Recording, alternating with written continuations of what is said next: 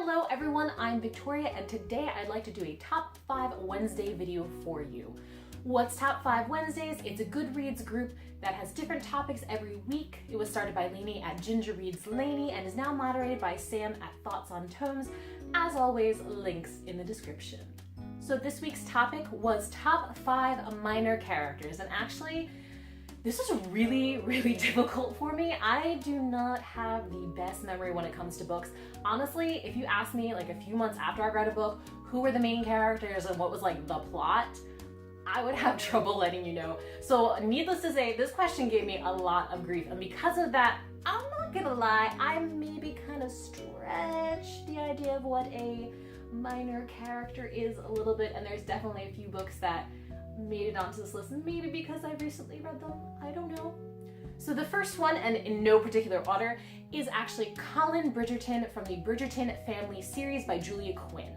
This is a series of historical romance novels that take place in Regency, England, and they are about the 8 different Bridgerton children. So each one focuses on the different child finding their happily ever after. So I'm kind of stretching this because Colin makes an appearance in all of the books, but one of the books he is the main character, he is the protagonist, but in the other ones he's only a minor character.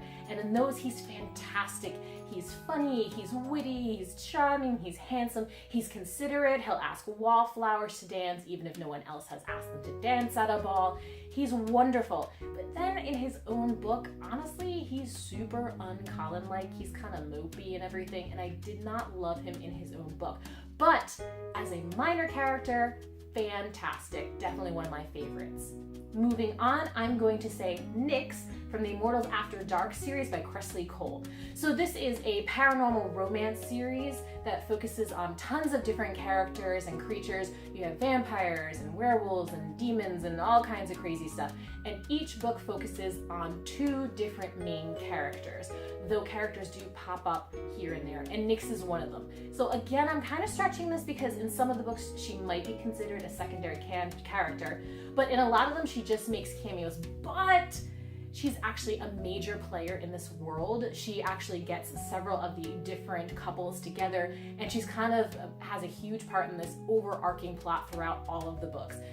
So I'm kind of fudging it, but it's worth it because she's amazing. So Nyx is a proto-Valkyrie, meaning that she's the first Valkyrie of her kind, the first species, and she's been alive for over 3,000 years, and she can see the future, which has frankly driven her kind of crazy, which is awesome because it's super entertaining. Whenever she pops up, she's always saying some kind of random weird things. She has a thing for t-shirts that say crazy stuff on it, and she has a bat named Bertle, and it's just adorable, and I want to love her forever. I'm really hoping that we eventually do get a story about her, a book about her, because she's crazy and insane and hilarious and wonderful. So moving on, what would a list be without mentioning Harry Potter? Of course. So my favorite minor character, again, I'm kind of pushing this a little bit, is Remus Lupin. He's technically, I guess in the 3rd book, more of a secondary character, but after that he definitely becomes much more of a minor character. Now I know everybody loves Sirius Black, but honestly, I'm a Lupin gal. I love that he was stable. I love that he was trying to be kind of a father figure to Harry. I love the fact that he didn't confuse Harry and James. They were their own person. I also really love the fact that he's dealing with such a tragic background, becoming a werewolf, and then all the things in the future that happened to him. Just heart-wrenching. Loved it, absolutely.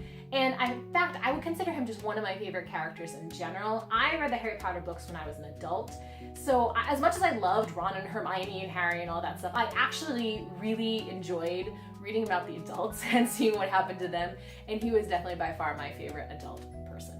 Next up we have, again, what is kind of a little bit of a cheat, and that is All the Lovely Ladies at 300 Fox Way from the Raven Boy cycle by Maggie Stiefvater. So this is specifically about Moira, Calla, and Persephone. This story is about Blue and her friendship with 4 other boys from a local boarding school. And while it focuses on them, obviously, Blue's living situation at home is quite frankly fabulous, and I think it would be a ton of fun to live at 300 Fox Way. So she lives there with her mother Moira and Moira's 2 best friends, Persephone and Calla, and several other people that kind of turn up living there at the house, and all of them except Blue are psychics. It's just such a wonderful, loving environment, and these characters are just so awesome. They have a vitality to them and a nurturing side, and yet at the same time they're a ton of fun, and it just seems like it would just be a wonderful place to live. Next, again, we have a little bit of a cheat. I'm going to actually say Irene Adler from A Scandal and Bohemia. So while it's true in this short story starring Sherlock Holmes, Irene Adler I would classify as, yes, the secondary character, even a main character. But when you take a look at the rest of the canon, she never appears again. She's mentioned a few times, but she's definitely not a major player within the canon of Sherlock Holmes itself. So she's definitely wouldn't be up there with Ms. Hudson or Moriarty or any of those. And so within the context of the mythos of Sherlock Holmes, she's a very minor character. But she's amazing. She is an opera singer from New Jersey, and as an opera singer from New Jersey, I think that's pretty awesome. She is also insanely clever and is one of the few people to ever outsmart Sherlock Holmes, which makes her really amazing. So again, I'm kind of stretching the minor character thing here, but I think it's valid. Also, she's had a huge impact on the mythos of Sherlock Holmes. I don't think there's any adaptation that doesn't have her as a major part of it, whereas, like I said, in canon, she isn't. Just shows you how amazing a character is, even if she is just a minor one. So thank you again, everyone, for watching. This has been my Top 5 Wednesday topic, 5 minor characters that I love. What about you guys? Do you have any minor characters that you really love and feel don't get the appreciation they deserve? Let me know in the comments below. Thank you again for watching, and as always, have a wonderful day. Bye!